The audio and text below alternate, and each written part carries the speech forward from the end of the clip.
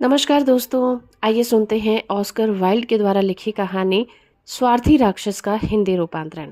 प्रत्येक दिन दोपहर को जब लड़के स्कूल से पढ़कर लौटते थे तो वे राक्षस के बगीचे में खेलने के लिए जाया करते थे। ये बगीचा बड़ा सुंदर और बहुत बड़ा था। इसमें मुलायम हरे घास की मखमल बिछी हुई थी। इधर उधर घास पर सुंदर पुष्प आसपास के सितारों की तरह जड़े हुए लगते थे। बगीचे से बाहर मौलश्री के वृक्ष थे, जिसमें बसंत ऋतु में गुलाबी और मोती के समान श्वेत मृदुल खिला करते थे। शरद ऋतु में जिन वृक्षों में बढ़िया फल लगते थे, चिड़िया इन वृक्षों पर बैठती थी और मधुर राग में गाया करती थी। बच्चे उन्हें सुनने के लिए अपना खेल स्थगित कर दिया करते थे। हम यहाँ कितने सुखी हैं, वे सब एक दूसरे से कहा करते। एक दिन राक्षस वापस आया। वो अपने एक मित्र को देखने गया था और 7 साल उसके यहाँ रहा था। जब वह वापस आया तो उसने छोटे छोटे बालकों को अपने बगीचे में खेलते पाया। तुम यहाँ क्या कर रहे हो? राक्षस ने बड़ी ही रूखी आवाज में कहा, और जिसे सुनकर सब लड़के भाग गए। मेरा बगीचा है, यह कोई बतलाने की बात नहीं है, और मैं इसमें अपने के अलावा किसी और दूसरे को नहीं खेलने दूंगा, राक्षस ने कहा। इसके बाद उसने बगीचे के चारों तरफ एक ऊंची दीवार खड़ी कर दी और एक नोटिस बोर्ड लगा दिया, जिसमें लिखा था, आम रास्ता नहीं, और जो इस आज्ञा को नहीं मानेगा और प्रवेश करेगा वो जुर्म का भागी होगा। वो सचमुच में बड़ा स्वार्थी राक्षस था। बेचारे बच्चों को खेलने के लिए कोई दूसरी जगह नहीं थी। उन्होंने सड़क पर खेलने की चेष्टा की, लेकिन सड़क धूल से भरी हुई थी और जिस पर पत्थर भी पड़े हुए थे। इस कारण बच्चे उसे पसंद नहीं करते थे। वो बगीचे की ऊंची दीवार के चारों तरफ चक्कर लगाते थे और भीतर के सुंदर बगीचे की चर्चा किया करते थे। स्कूल से लौटते वक्त वे एक दूसरे से कहा करते, हम बगीचे में कितने खुश रहते थे। तब बसंत ऋतु आई और सब कहीं छोटी छोटी कलिकाएं और नन्ही नन्ही चिड़ियां देखने लगी। केवल स्वार्थी राक्षस के बगीचे में अब भी शीत ऋतु थी। चिड़ियों ने बगीचे में गीत नहीं गाए, क्योंकि वहां कोई बच्चा खेलने नहीं गया था और वृक्षों में कोई भी नई कोपलें नहीं फूटी थी। एक दिन घास में से एक सुंदर फूल उगा, क्योंकि जब उसने राक्षस के बगीचे की वह सूचना देखी तो उसे बच्चों पर इतना दुख हुआ कि वो फिर से जमीन पर गिरकर मुरझा गया। तब सूचना से जिन लोगों को प्रसन्नता हुई वे थे बर्फ और कोहरा। उन्होंने कहा, बसंत ऋतु इस बगीचे को अपना वरदान देना भूल गई है, इसीलिए हम लोग साल भर यहीं रहेंगे। तत्पश्चात बर्फ ने सारी घास को अपने सफेद लबादे में ढक लिया और कोहरे ने सभी पेड़ों पर सफेदी पोत दी। तब उन्होंने उत्तरी हवा को बुलाया और वह आ गई।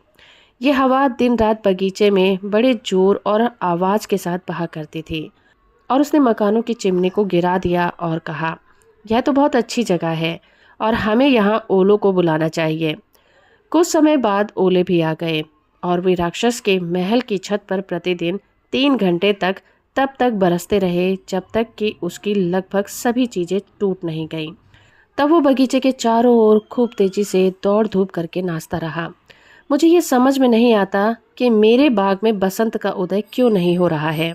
खिड़की पर बैठकर बर्फ के समान सफेद दिखते हुए बगीचे की ओर निहारते हुए राक्षस ने कहा, मैं आशा करता हूँ कि कुछ दिन में ऋतु परिवर्तन अवश्य होगा, लेकिन बगीचे में ना तो बसंत ऋतु आई और ना ही ग्रीष्म ऋतु आई।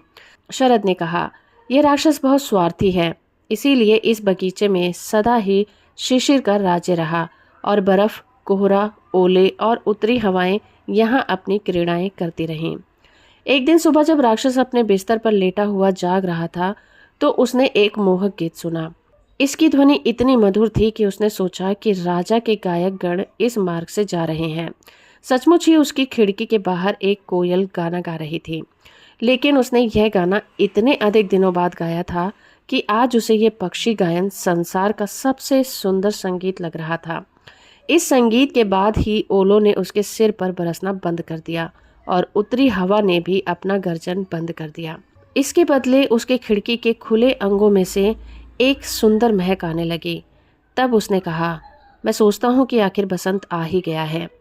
यह कहकर वो बिस्तर से उछल पड़ा और चारों तरफ देखने लगा। पर उसने क्या देखा? उसने एक बहुत ही आश्चर्यजनक दृश्य देखा। उसके दुर्ग की 4 दीवारों में एक छोटा सा छेद था, जिसमें से कुछ लड़के रेंग रेंग कर दुर्ग में घुस आए थे और वहां के बगीचे में लगे हुए वृक्षों की डालियों पर बैठे हुए थे। वो जितने पेड़ देख सकता था उसने देखे, और प्रत्येक पर एक ना एक बालक बैठा हुआ था। बहुत दिनों के बाद बच्चों को अपने ऊपर बैठा हुआ देख पेड़ इतने प्रसन्न हुए कि उसमें फूल उगाए थे। बच्चों के सिरों पर पत्तों से भरी शाखाएं लहराने लगी थीं। पक्षीगण भी अब इधर उधर घूम रहे थे और प्रसन्नता से अपनी फूंक मार रहे थे, और हरी घास में से फूल भी धीरे धीरे हंसते हुए से उदिर हो रही थी। ये बहुत ही सुंदर दृश्य था। इसके साथ ही बगीचे के एक कोने में अब भी शिशिर थे। ये कोना दुर्ग में बने हुए महल के सबसे अधिक दूर पर था। यहाँ एक छोटा लड़का खड़ा हुआ था।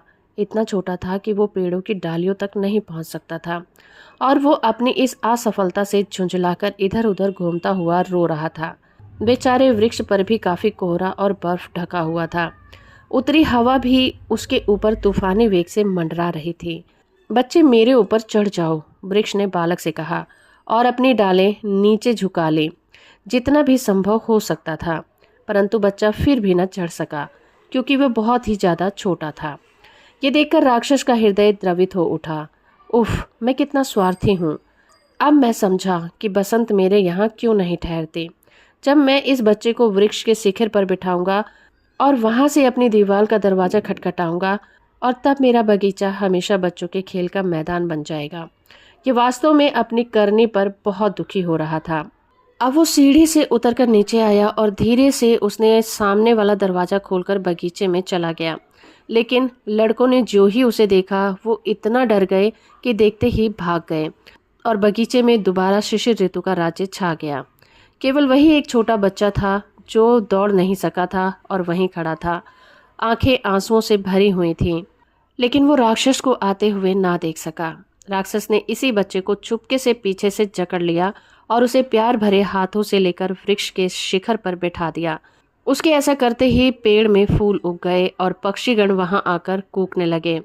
छोटे बच्चे ने भी अपने दोनों हाथ फैलाकर राक्षस के गले में डाल दिए और उसे चूम लिया। जब दूसरे लड़कों ने यह सब देखा तो समझ लिया कि राक्षस अब दुष्ट नहीं रहा है, और वे दौड़कर बगीचे में आए, और उनके साथ बसंत ने भी अपने चरण वहां रखे। और उनको देख राक्षस ने कहा, प्यारे बच्चों, अब यह तुम्हारा ही बगीचा है, और उसकी कुदाली लेकर दुर्ग की दीवार को तोड़ डाला। 12 बजे दिन को जब सब लोग बाजार जा रहे थे, उन्होंने देखा कि राक्षस एक बड़े ही सुंदर बगीचे में बच्चों के साथ खेल रहा है। सारे दिन वो खेलते रहे और शाम के वक्त राक्षस से विदा लेने के लिए गए। लेकिन तुम्हारा छोटा साथी कहाँ है? मेरा मतलब उस बच्चे से है जिसे मैंने पेड़ पर चढ़ा दिया था, उसने कहा। राक्षस उसे सबसे अधिक प्यार करता था क्योंकि उस बच्चे ने उसे चूमा था। हमें उसका पता नहीं है, बहुत संभव है कि वो चला गया हो, बच्चों ने कहा। तुम लोग उससे यहाँ कल आने के लिए कह देना, राक्षस ने कहा। लेकिन बच्चों ने जवाब दिया, हम नहीं जानते हैं कि वो कहाँ रहता है, और ना हमने उसे इससे पहले कभी देखा है। यह सुनकर राक्षस बहुत दुखी हुआ। प्रतिदिन दोपहर को जब स्कूल की छुट्टी हो जाती तब बच्चे आते और राक्षस के साथ खेला करते थे, लेकिन जिस छोटे बच्चे को राक्षस प्यार करता था वो कभी नहीं दिखाई दिया। राक्षस उन सब बच्चों के प्रति बहुत ही दयालु था, तथापि वो अपने छोटे मित्र को देखने के लिए तरसता रहता था और हमेशा उसके विषय में चर्चा किया करता था। वो कहा करता, मैं उसको देखने की कितनी तीव्र इच्छा रखता हूँ। साल बीतते गए और राक्षस बहुत वृद्ध और शिथिल हो गया और अधिक खेलने की सामर्थ्य उसमें नहीं रही। इसीलिए वो एक बड़ी आराम कुर्सी पर बैठा रहता और अपने बगीचे की प्रशंसा किया करता। वो कहता, मेरे बगीचे में कई प्रकार के सुंदर पुष्प हैं, लेकिन सब पुष्पों में बच्चे ही सबसे अधिक सुंदर पुष्प हैं। जाड़े में एक दिन सुबह कपड़े पहनते हुए राक्षस ने अपनी खिड़की के चारों तरफ देखा। उसने शिशिर के प्रति घृणा प्रकट नहीं की, क्योंकि वो जानता था कि सोता हुआ बसंत ही शिशिर होता है। अब उसने अचानक ही अपनी आंखें मली और वह आश्चर्यचकित देखता रहा। वास्तव में ये एक शानदार दृश्य था। उसके बगीचे में सबसे दूर वाले कोने पर एक पेड़ था जो सुंदर सुंदर सफ़ेद कलियों से लदा हुआ था। उसकी सभी डालियां सुनहरी थीं और उसमें रूपहले फूल लदे हुए थे। उसके नीचे वही छोटा लड़का खड़ा था जिससे उसने सबसे पहले प्यार किया था। आनंद विभोर होकर वो अपने महल के नीचे आया और बगीचे में गया।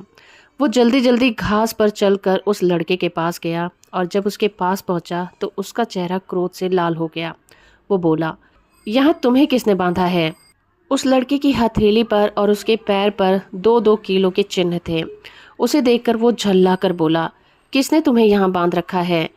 मुझे जल्दी बताओ, जिससे मैं उसे अपनी तलवार के घाट उतार सकूं।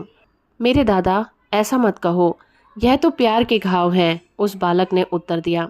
तुम कौन हो? राक्षस ने पूछा और वह भय से थरथरा उठा और कुछ ही क्षणों में वह उस बच्चे के सामने घुटने टेककर नतमस्तक हो गया। राक्षस की इस स्थिति पर बच्चे को बहुत हंसी आई और उसने कहा, दादा, तुम एक बार और मुझे अपने बगीचे में खेलने दो, फिर मैं आज ही तुम्हें अपने बगीचे में ले चलूंगा। क्या जानते हो कि मेरा बगीचा कौन है? मेरा बगीचा तो स्वर्ग है।